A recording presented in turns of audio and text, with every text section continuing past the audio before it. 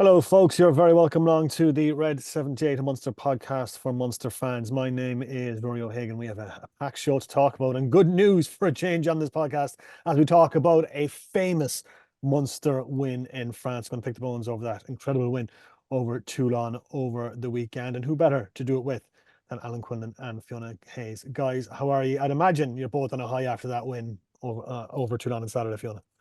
Yeah, absolutely delighted. It was dry January after my trip to New York, so I couldn't even have a pint to celebrate. But what a game. I was covering it for News Talk and I was jumping on the seat in the studio watching it. Absolute brilliant performance. And I was looking forward to the podcast this week. I think we were all looking forward to the podcast this week when he's talked about a Munster win for a change, I suppose. Yeah, it's been a bad run, hasn't it, Rory? A Yeah. tough run. And I think to be fair, when we're not crazy for thinking last week that it was an incredibly difficult task, given all the injuries, the run of form, confidence, all that kind of stuff. We also spoke about the week off. Munster looked like they had a lot of energy in that game and could keep going. Tough start under a bit of pressure, home crowd, all that kind of stuff. The opposite of what you want in France is to start well and silence the crowd. But they had moments, you see, early on, I suppose, and they could kind of galvanize themselves. And I suppose a bit of leadership has been questioned a few times in recent times. And I think they showed a lot of leadership and calmness, which was brilliant. It was great. And again, like Fiona's saying, it's easier to talk about when they're going well. We can't sugarcoat this. I think I'll be the devil's advocate here and say Toulon were poor. Munster made them look poor. But still, it's an exceptional win. And for me, it's right up there with any away win that Munster ever had in Europe. And I was involved in a lot of really good special ones that come to mind. But this is right up there, particularly given the circumstances. It was a magnificent result for the team. Yeah, it certainly was. We'll get into that now in detail in just a bit. First off, Fiona, plenty of comments reaching us on the Red 78 today. A lot of happy Munster fans out there after that win and that performance. Yeah, look, thanks to everyone for sending in the comments. Obviously, we can't get through them all, but we're reading them away, and it's brilliant to be able to. There's been some positive ones over the week, over the weeks, but I think this week we saw the most positivity, and I'm delighted to be reading a few. And Poole, Quinny, met your mother over. She said, brilliant shift for the boys. Pete was immense. Jack was brilliant. Nankiville, elite performance. Told you we could do it. Was so happy to be there with the other 4,000 Munster fans. What a day. Saw your mum Saturday night. Bring on Northampton. And look, we were talking about Niamh Barnmark last week, bringing the holy water. She forgot it. I think she forgot it. She forgot it. She forgot it. I think she should probably leave it at home, go to Northampton. It was a good job my mum brought it anyway. At least there was some I'm sure other people had some holy water as well. But yeah, I laughed at that one when Niamh tweeted yesterday saying she forgot the holy water. Oisin Short, O'Mahony's presence was brilliant. Senior players returning like Scannell also showed massive leadership. John Ryan reminded everyone that he was still around. Crowley showed great character after tough start. Our Munster lining up a move for Ultan Delan. Any word on that, Quinny? No, I just saw it online as well. I believe he'll be finishing up with La Rochelle at the end of the season. No idea what the story is there. I think be a good signing for any team that would get him because he can obviously play second row, back row. He's been very successful, won 2 European Cups with La Rochelle. Yeah, I don't know, to be honest. Who knows? Yeah, he had a good game against Leicester as well. Got a yellow card, but he got himself back on and imposed himself at line-out time. Paul O'Sullivan said, have to say, they got every area right. I was worried about the line-out going into the game, but Peter O'Mahony being there made a massive difference just to have his presence and calling the line-out. Niall Scannell's throwing made a difference. The whole team was excellent from 1 to 15. David Hayes, 2 words, Niall Second, Scannell showed immense composure, consistent execution, desire and grit. Gary Duffy also came in with a real Munster performance. Not one weak link. Scannell and Peter O'Mahony back made all the difference in the line-out. Hodnett, Nankivell, Byrne, Casey, Nash and more could have been man of the match. The belief was palpable. Met your mum, Mary, on Saturday. Everyone met your mum, Quinny. Great form she was in. Hopefully no more injuries. And then I'll do just Waterford lad. He's tweeted a few times to us. Great performance and just what we needed. Peter O'Mahony being back raises the intensity and confidence of the whole squad. Scannell, a welcome return to Ahern, Nankivell and Crowley. Superb also. Well, a lot of Yeah, happy Munster fans out there. Yeah. just on the comments there, it's difficult to read them all out. It's great to have that interaction. That's what we've always trying to be about here on the podcast. But obviously people can see all the comments and they can read the tweet I put up. So your comments are being seen by people online. I think I've 70,000 on X. So there's plenty of people. Well, it's no great boast, but anyway, what I'm trying to say is people there, some people maybe feel that they're not getting the comments read out. So at least they're being seen online, and it's good to see, positive. I asked a question, didn't I, last week, guys, about could Munster find something special? And a lot of people were kind of not negative, I'd say, but not hopeful. It's nice to see that, and it's nice for the fans that travel out there as well. Loads of people obviously at home, massive Munster fans, and it just tees up this week really nicely. And I think it's great for the players as well, because it was something that can really galvanize them, and hopefully, as one or two people have said, can kickstart their season. They've had a dreadful time with the injuries, but they've got to back it up this week, and that's the challenge. Quinny, your mum's a bit of a celebrity, is she? Has she 70,000 followers on X, Quinny? No, she doesn't. Fiona, she doesn't even know what X is. When we came back from South Africa last May, when they won the URC, I started doing some videos at her home with the donkeys in the kitchen, and she was on the missing list for a few days. She was on the lash basically for a few days, and so I started doing some videos, and I told her it was for the grandkids that I was videoing her, and she was rubbing the donkey inside the kitchen, because we have 3 donkeys that come into the kitchen. Brilliant. So it's definitely Animal Farm there, and so she couldn't go anywhere in Tipperary. People were shouting across the street to her, and she was in the shops. She was ducking and diving for about five days, hiding from people. They were all slagging her. So maybe I was the cause of this. But look, the Holy Water has been going to these matches for, when I started playing. I made my debut in '96, so she's been traveling to Munster matches probably since then, and always has the Holy Water with her. So it seems to make its way somewhere close to the dressing room. Maybe sometimes it doesn't, but look, it's great. Donica's mum was there as well, and there's a number of other parents that still go, so it's lovely for them as well. Fantastic to see it. All right, let's look at this Toulon game. That fantastic victory for Munster in the Champions Cup. Fiona Hayes, how impressed were you with Munster in their performance last Saturday night? Oh, so impressed. I think it was from the start. I know they went 10-0 down, but some of the hits that were put in, I think Niall Scannell came on the pitch, hadn't played rugby at all this season, and put in a huge hit against the Toulon player. So I think there was a statement of intent from the start, and you could see it beautifully. I have to say, Toulon's try was obviously, a long kick, beautifully worked. Munster will look at probably how they formed defensively. They were a bit slow to set, and there was a couple of missed tackles there. But other than that try, I thought their defence was outstanding at times. I thought defensively in the line out was brilliant. I think Quinny said they'd only one scrum, but for Toulon, so defensively, even getting up off that, Coombs put in a massive shift in how he got himself around the place. And I think the key was, we were talking last week as well, what type of squad, what type of players were we going to get, what starting team were we going to get, and they just nailed it on the head. Even chatting to a couple of people that were around camp last week, they were saying that just having Peter O'Mahony in that camp in the training, fully fit. Everyone's intense levels, it's lifted to a higher plane, I suppose. He just brings everyone with him. He's such a character that the younger guys want to impress for him.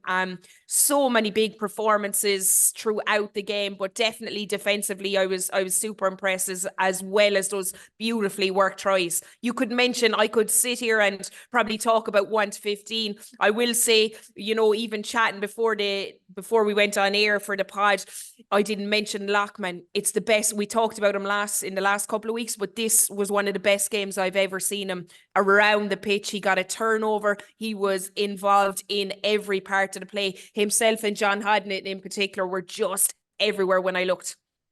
What was the difference between this month's performance and the performances they've been putting in the last recent weeks? I think their set piece was good. You know, I think amazingly, Toulon only had 1 scrum in the game. That shows that Munster didn't have too many handling errors. Munster had 7 scrums. They lost 2. They were penalised. They had 2 penalties in the scrums, and that was probably later on in the game.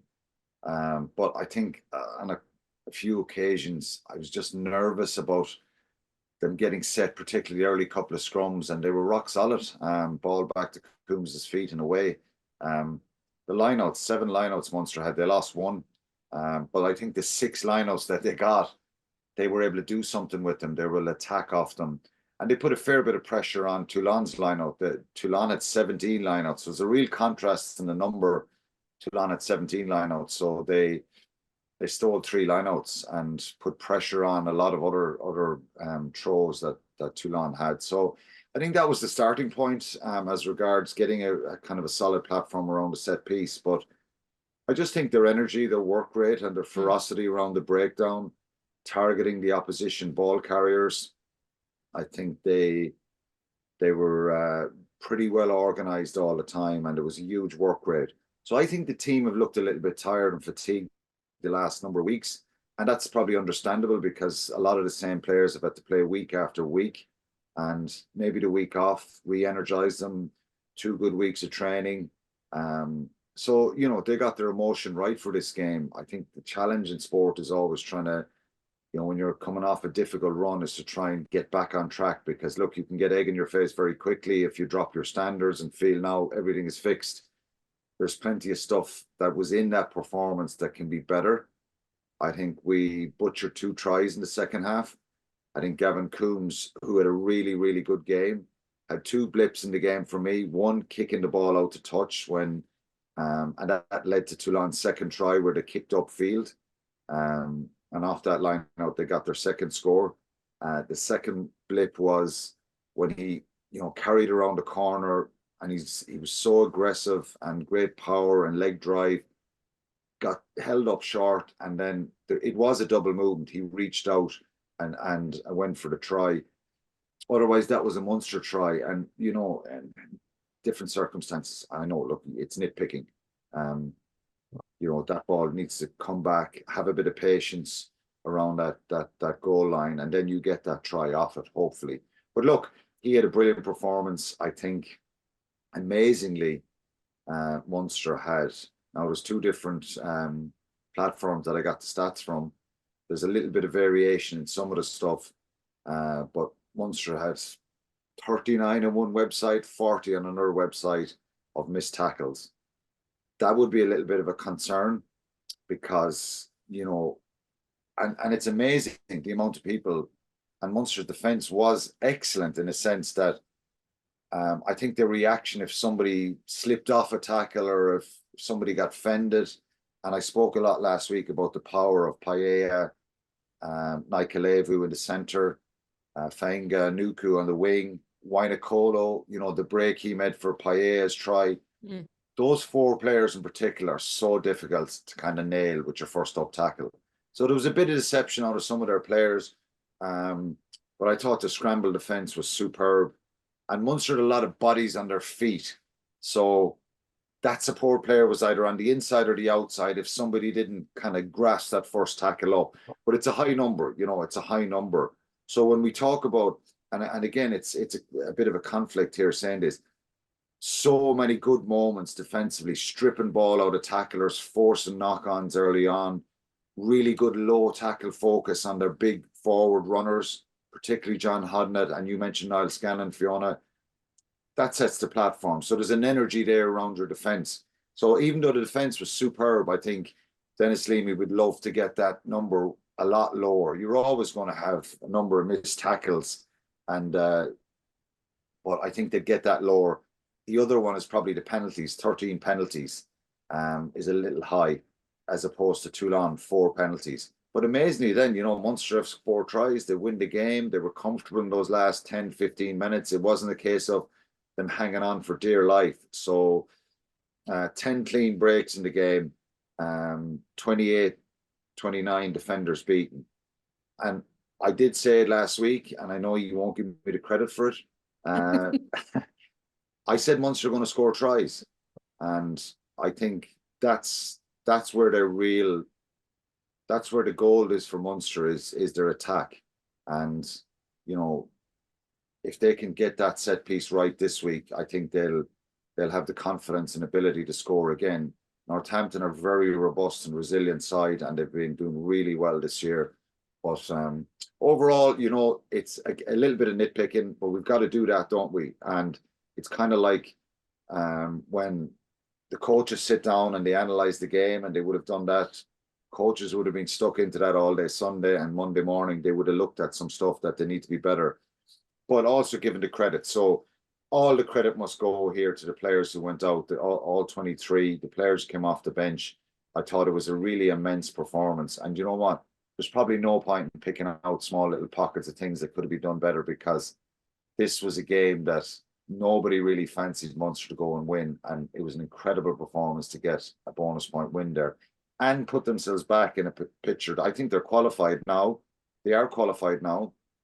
But it's a case of Exeter have got to go to Bayonne, and who knows what will happen with Munster. I think they've just got to focus, obviously, on winning the game. But if they were to get 5 points, they could sneak in as second place in the group, which was unthinkable a few weeks ago. But I don't care. I don't think anyone will be thinking about second place. I think it's all about trying to get a win against Northampton and make sure that, you know, they are in that round 16. So hopefully the goal will be in April that you know, there'll be players back and they'll have a little bit more, a few more options.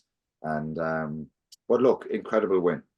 On that, you're talking about those launch plays as well, Quinny. I think there was a huge difference in, you know, you were able to have Coombs on the outside of Frischker and Ankerville if you were doing a short line out, and the ball was getting there. It was getting out to him. You were able to stretch that defence. Whereas because the line outs was, even if we won our own ball, it was slow, or it was, you know, it wasn't as quick as we needed it to be. It was never really getting out to those wider channels. So I think that made a huge difference in how they stretched those Toulon defenders, because before it was all so narrow, thrown to the front. We weren't able to get the ball out wide off that launch play. And I just think with the type of attack Prendergast likes to play, it suited it perfectly. And you spoke about the kicking as well. I think there was over 1,000 kick meters. I think it's a long time since. Yeah, Munster kicked the ball 40 times in the game, and Toulon kicked it 20 times. Now Munster had more possession. I think they were really intelligent kicks. So if you see the stat, Fiona, you probably noticed the coach that a team kicks the ball over 40 times, you're going to go, oh my God. But actually, nobody really noticed it in the game. There wasn't this end-to-end tennis kind of kicking that we saw in the Gallagher Premiership last week, clips of that going online. It was intelligent kicks, crossfield kicks, really good box kicks. Casey's box kicks were superb. Jack Crowley obviously had one bad kind of flutter kick, if you like, that Wainakolu gathered and they scored a try off it. But there was a lot of good, intelligent kicking. So another big stat that jumped out, was Munster retained the ball 9 times in kicks. That is a big number, isn't it? You know that as a coach. So that means you're kicking well, your chase is good, your contest is superb. And like, to get the ball back, that's the whole idea of box kicks, or you know, those crossfield kicks, is to try and get the ball back, or at least pin the opposition back. Obviously, if you're kicking it long, it's about territory. But that was really good, wasn't it? To get the ball back 9 times was superb. Yeah, it was brilliant. It was now to be class. And that it's exactly that point, Queenie. You're not watching it going, oh, I remember a few seasons ago with Van Gran, you're watching going, oh, they're kicking again, they're kicking again. It was just a different type of game plan, and it had exciting rugby because it was so contestable. I tell you, we off track for a sec. You mentioned Johan Van Gran. But is it? But he had a tough season last year. Like, they were right down. They've turned the corner. Yeah, I watched them on Sunday. So and did my God, I. I was there. This doesn't look like the same kind of coach and philosophy, because their attack, they were under massive pressure against Racing. I think they were 22-8 down. Yeah. And then they got a couple of brilliant tries, but obviously Finn Russell in there. And, you know, I was glad for Johan Van Gran, because I've always said it. Look, we went through tough times. It wasn't entirely the coach's fault, but it was nice to see. I was nice to see him in the coach's box and them getting the result in the end. Racing are a very powerful side, but different type of philosophy. And you were saying, you know, about the kicking thing. Munster have kicked really well at the weekend, and I think that's really important. So lots of really good elements in that game, and a lot of players stepped up and delivered. The weather was good, which is you know, I know you don't want to be pigeonholed and say that when you're lacking that bit of power, the obvious scenario here is that you don't want wet, windy, mucky conditions when you're lacking some of the big physical players that Munster are missing at the moment. But super performance, super results, and it was great for the players to be able to go back into the dressing room. That's the hardest part as a player, when you go into that dressing room and you know you're devastated or disappointed and you're in a bad run. It's a lovely feeling to go back in there and get a special result like that.